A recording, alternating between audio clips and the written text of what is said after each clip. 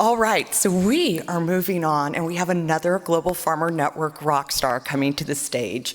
We're going to transfer into talking about conflict. And the Global Farmer, we have 8 farmers here, and the 2 farmers from the Summit panel are Global Farmer Network farmers. But we've been talking about conflict and what it means. And you're going to learn from the next 4 farmers that we have out here how conflict in agriculture affects so many people and how we need to learn to help prevent it and then how to rebuild from it. So Rotimi, I want to invite you out onto the stage. Rotimi is the second largest rice farmer in Nigeria. He employs over 600 people at his farm. He is not only a farmer, he is an advocate, a peace advocate. He has seen and he can tell you stories of conflict. We talked about them last night. It is unlike anything we can imagine here, and that's fortunate for the United States, but many farmers around the world suffer. Many of the things are going to be talked about through Rotimi and through the following conflict panel.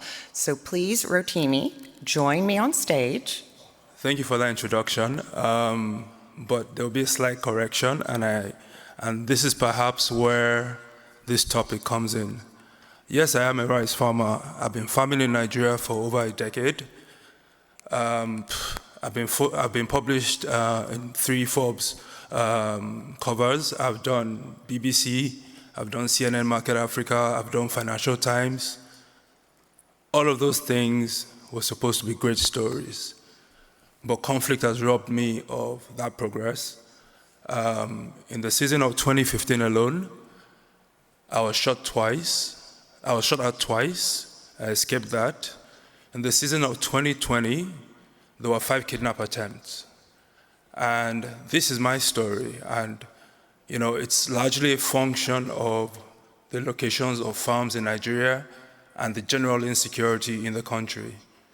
Now, 95% of farms in Nigeria, or the food Nigeria produces rather, are produced in the rural areas. So anything that affects the rural area will generally affect food supply. Conflict has been on the rise over the last 7 years in the rural area. It's largely as a function of communal clashes, banditry, killings, kidnapping, and then in the northeast you have what we know as Boko Haram or insurgency. But this is not the biggest problem. I'm going to give you an analogy that highlights what food insecurity really means to me and what I try to do about it. In one of the locations where I work, I noticed that farmers were abandoning their 5-hectare farms in their communities for 1-acre farms or 1-hectare farms closer to their homes. Now, what that represents is an 80% drop in their capacity to produce, right? So if you take that figure, and we know that Nigeria, what we consume, 95% of it is produced in the rural area, and most of the farmers are producing at 20% capacity. That's when you begin to understand the real meaning of insecurity. In the season of 2016, I recall that there were 75 farmers killed in one of the states. So I went over there with the BBC just to try and understand what exactly led to these killings. And when we spoke to the farmers, they always said, we asked, how do you kill 75 people in such a short period with no police or military intervention? And they always claim that, look, they call the army, they call the police, nobody showed up. So then we'll go to the security agencies and we'll ask the same question. Why exactly didn't you respond? And they claim that they didn't get any notification or any calls from the communities. And that was when it hit us that, you know what, there's a big problem here, and this is an opportunity to solve a problem that has affected me personally. I can't go to my farm anymore, and has affected many other farmers across the country. So we started to think of a solution to the crisis. And it was simple, the logic was simple. If rural communities are calling the police and the army to intervene in an issue and there's no response, how do we bridge that gap between these communities and the security agencies in a way that everybody gets a notification, and at the same time, there's also some level of checks and balances where we can also see that this button, these panic alerts were pushed, and we can ensure that there is response. And that's what led to the creation of Resolute 4.0.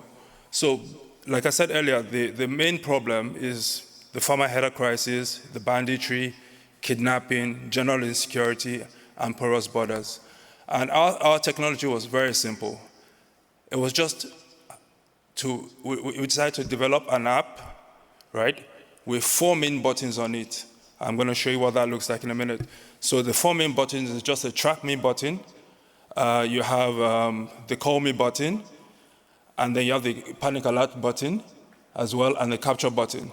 And it's basic technology, and it's color coded so that the farmers who cannot read can recognize colors.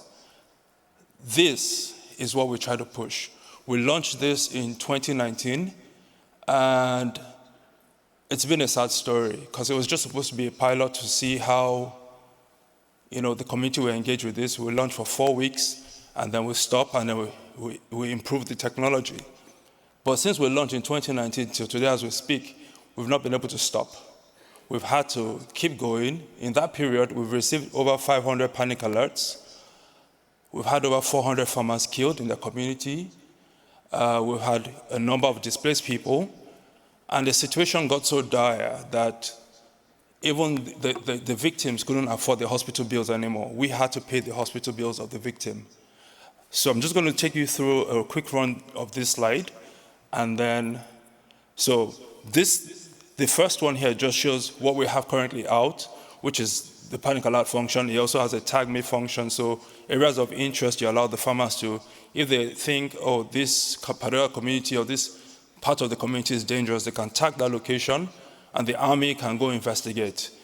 And then we now plan on, the next layer of the technology, if conflict is solved, we don't want this app and everything we've done to become useless. What can we layer on this to add some level of value also to the farmers?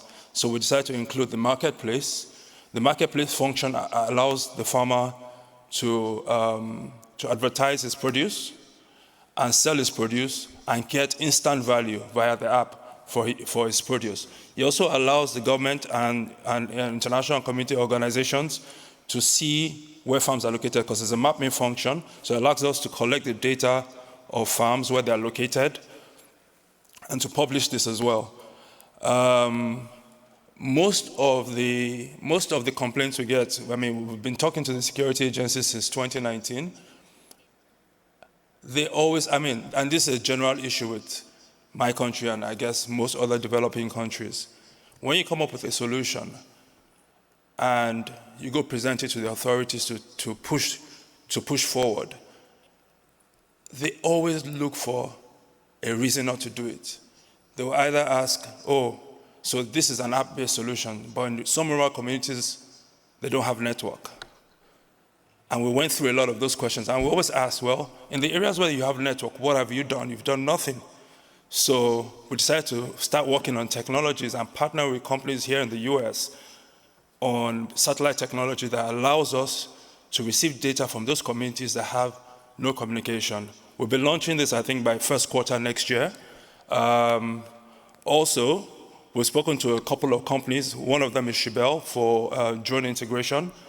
And the reason we did this is because in most of those areas, part of the information that we'll collect when people push the panic button is the location of the attack. The army doesn't have an idea of where farms are located. They don't have an idea. There's no address in the rural area. So even if there's any issues in the rural area, how do they reach those people?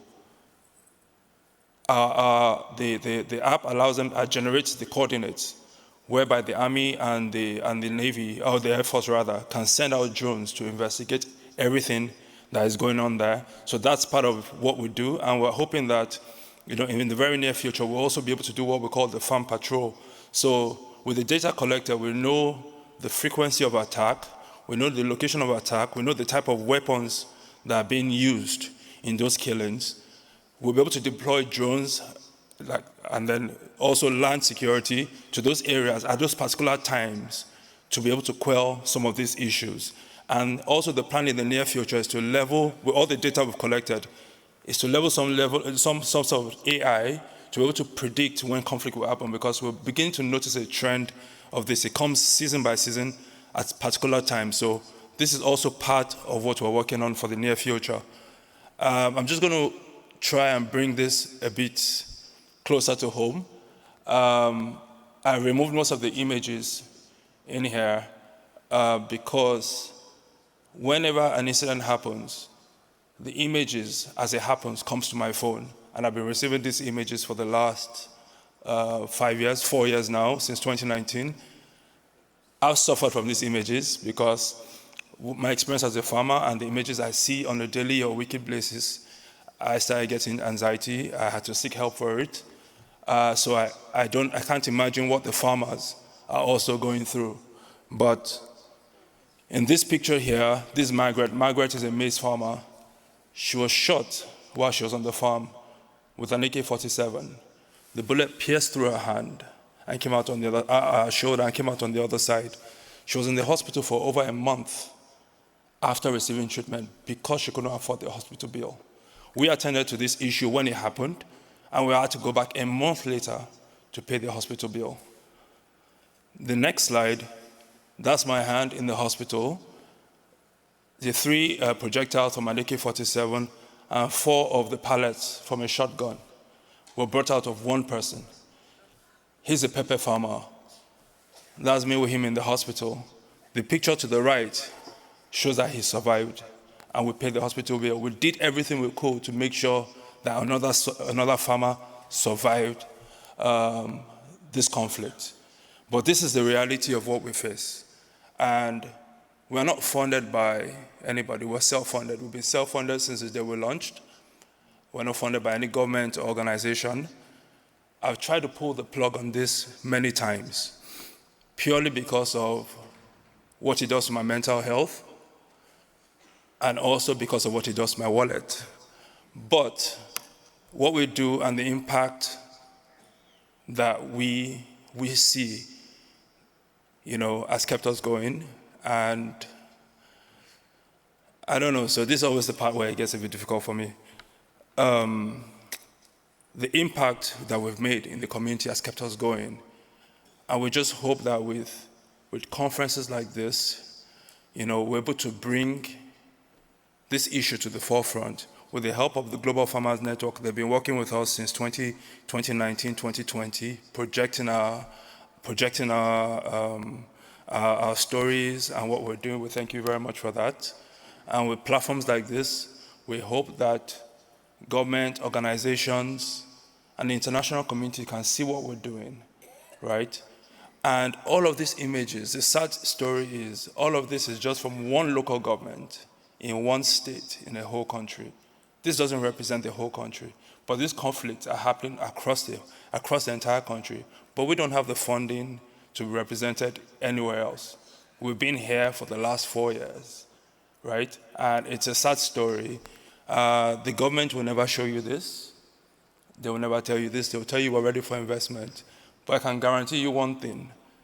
No matter the technological advancement that is created, no matter the level of sophistication of the drones or the combined harvesters you bring into the country, nothing will make a difference if we don't address this conflict. Thank you very much.